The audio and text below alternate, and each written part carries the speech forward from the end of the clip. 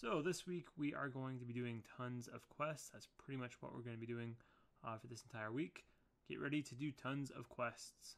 We will do a little bit of skilling outside of quests, but for the most part we're going to be leveling up most of our skills through quests. So to do this the most efficient way, you kind of want to do the quests in the order that I put them here. If you do them in this order, there's going to be very little skilling that you actually have to do, because the quests, if there's a quest that has requirements, the quest before that quest should give you the XP to get the level, to get that requirement for that quest. So they're stacked in a way where you shouldn't really have to do too much skilling at all. So even though the quests take out most of the skilling, there still will be a little bit, and we have to buy supplies for that. So I would head over to the GE before you start doing the quest to buy all the supplies. I will list up all the supplies that you need. So this is probably going to take a large chunk of your guys' cash stack. If you've been following this guide, you should have enough for all of this stuff. And this isn't a pure loss. We will be able to sell our cannon back. We will be able to sell our darts back that we make, our arrows that we make. So it will take a pretty big chunk of our money, but we will be able to sell the end product back. So I forgot to do this early on in the quest. I didn't start doing it until later. But you want to bring your arrow tips and arrow shafts with you to make arrows to get your fletching up while doing quests.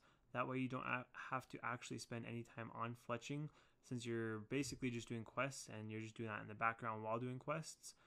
Once you can make the darts, then you want to move on to darts and so on. It's extremely fast once you hit darts, so 52 fletching should be pretty easy to get by the end of this video once you've done all these quests. Since I started doing my fletching late, I didn't quite reach it, but I should get it pretty quick next week.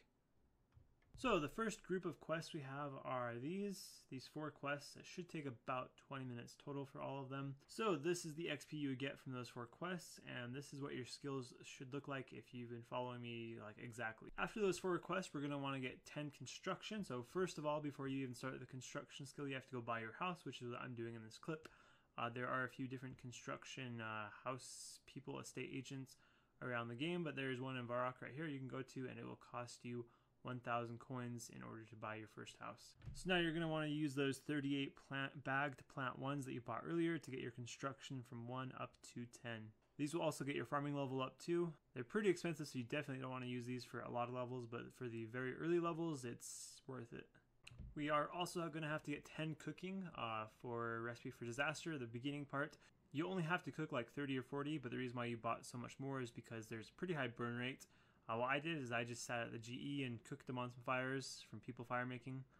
It's really quick, so it's not a big deal how you do it. Just cook those shrimp and get that 10 cooking. So here's the next batch of quests. The reason why we had to get 10 construction is for Tower of Life.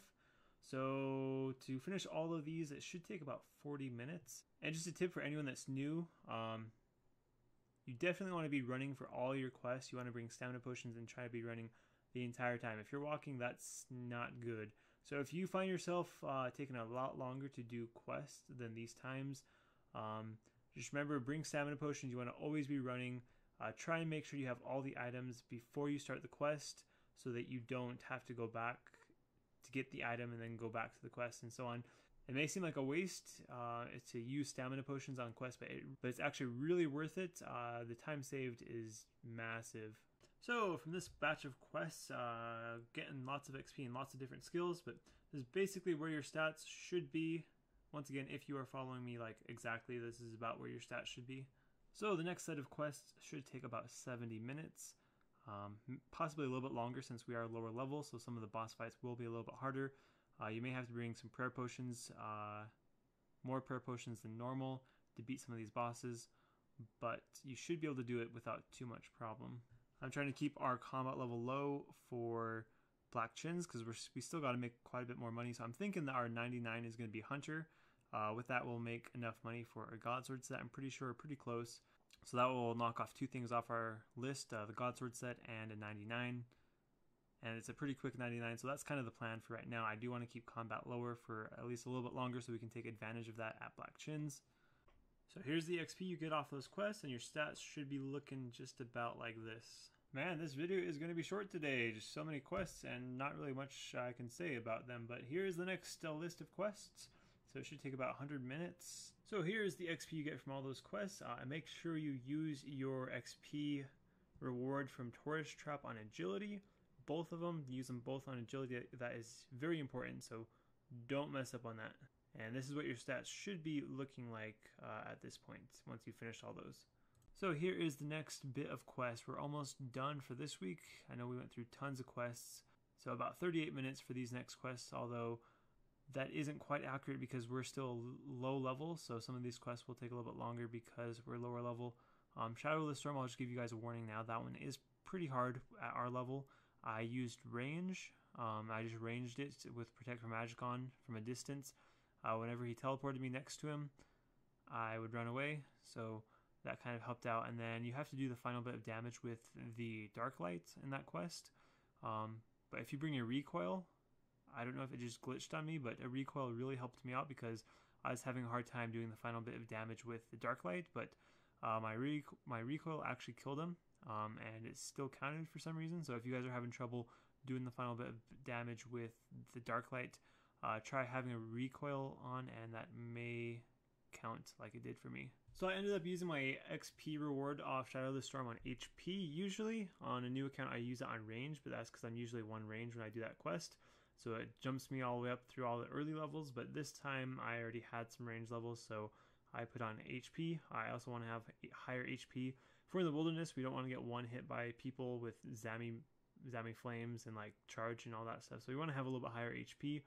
And here is the other XP you get from all the other quests that I had listed there. And this is about where your stats should be right now. So our next quest will be Animal Magnetism. And for that, we're going to actually have to do a little bit of skilling because we need 35 woodcutting and we need 30 range, which if you've been following this guide, we don't quite have yet. Your woodcutting may be a little bit different level from mine depending on how you did your hunter, but assuming that you're doing 28 to 35 woodcutting, that should take about 20 minutes, assuming that you're getting 35k XP per hour. To get that XP, you're going to have to do 3-tick woodcutting, which I'm doing in this clip. I'll put a link down in the description on how to do 3-tick woodcutting. It's harder than hunter, I would say, because you have to have timing with it. Some of the problems I see with people who are trying to learn how to do 3-tick woodcutting or fishing, with these skills you have to have timing. You don't just use your tar on your guam and then click on the thing and then it automatically works. You have to have the right timing down, or else it can actually slow you down if you have the wrong timing. So have to kind of get that timing down, but once you get it down, it's extremely helpful. It'll be very helpful for other skills later on as well. If you can't do this or you don't want to, that's fine. It means it'll take a little bit longer, but it's not that big of a deal. For the range training, this is why we bought the cannon and the cannonballs. Just head up to rock crabs and put your cannon down, run around, get the rock crabs to aggro onto you, and just let your cannon do work. I bring some darts up with me so I could train my fletching while doing this, so it should be pretty quick. So from level 24 to 30 range, it should only take about 7 minutes. That's assuming you're getting about 60k XP per hour. So Animal Magnetism is the last quest that I was able to finish this week. So that unlocks us the accumulator, which is pretty nice. I ended up finishing with 90 quest points this week and 659 total. So that is it. Thank you guys for watching. See you next week.